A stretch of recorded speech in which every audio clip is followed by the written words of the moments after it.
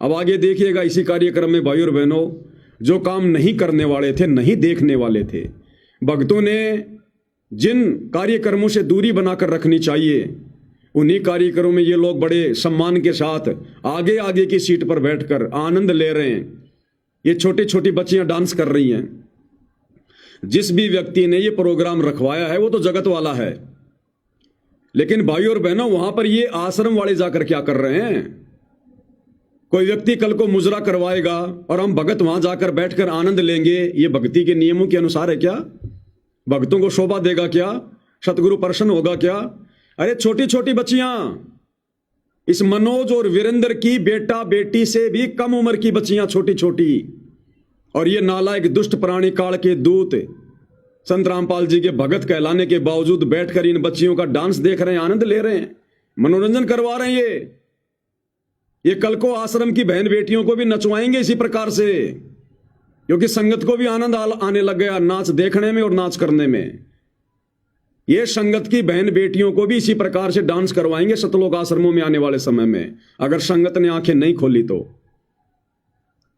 इनकी बेटी की उम्र की लड़कियां, ये बलजीत जैसे लोग, महेंद्र जैसे लोग, इनके पोते पोतियों की उम्र की ये बच्चियां, और वहां डांस कर रही हैं, और ये लोग मनोरंजन कर रहे हैं, आनंद ले रहे हैं। दुष्टों, मर क्यों नहीं गए इससे पहले?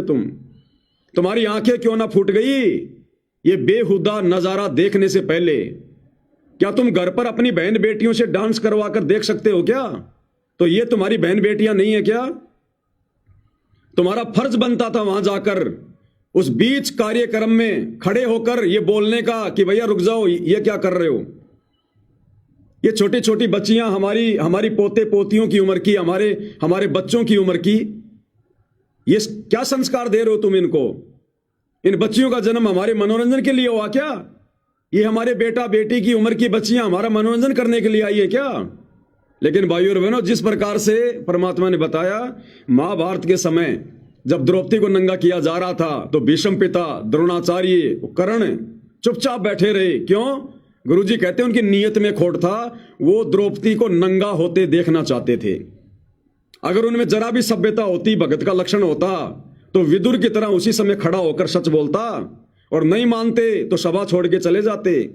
लेकिन ये दुष्ट संत रामपाल जी के परिवार वाले, ये 20, 30, 40 की संख्या में जो बड़े बड़े जो भगत गए वहां पर, गुड़गांव का कोऑर्डिनेटर डॉक्टर संदीप, और ये बलजीत लहरी, वो विकास सिंहपुरिया, सारे बैठे हुए हैं यहाँ पर।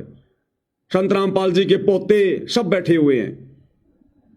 लेकिन गुरुदेव ने कहा कि वो दुष्ट तीनों प्राणी द्रौपदी को नंगा देखना चाहते थे। अंदर अंदर उनके जो है वो लड्डू फूट रहे थे कि कब द्रौपदी नंगी हो और कब हम द्रौपदी को नग्न अवस्था में देखें। तो ये हरामखोर सतलोक आश्रम वाले ये कहते हैं कि मैं संत रामपाल जी का भाई हूं, मैं संत रामपाल जी का बेटा हूं, मैं उनका पोता हूं, हम संत रामपाल जी के भगत हैं। ये दुष्ट, बेहया, बेशरम, ये नालायक वहां पर अपनी बहन बेटी की उम्र की लड़कियों को नाचता हुआ देख रहे हैं, मनोरंजन कर रहे हैं, आनंद ले रहे हैं। इनको शर्म नहीं आई दुष्टों को? एक ने भी खड़ा होकर नहीं कहा कि भाई साहब ऐसे प्रोग्राम में हम हमारे गुरुदेव का सम्मान नहीं करवा सकते, जहां पर बहन बेटियों को नचनियों के रूप में तुम लोगों ने यहां पर लाके खड़ा कर रखा है। लेकिन दुष्टता तो इन लोगों के खुद के अंदर है। अपनी बहन बेटी की उम्र की इन बच्चियों का डांस देख रहे हैं, इनका मनोरंजन कर रहे हैं, आनंद ले रहे हैं। भाई और बहनों, भक्ति के निकट भी नहीं है, और ना सतगुरु रामपाल जी वर्तमान में अपने परिवार के इन दुष्ट प्रवृत्ति के लोगों के निकट हैं। साथ छोड़ रखा है गुरुदेव ने, केवल बैटरी चल रही है।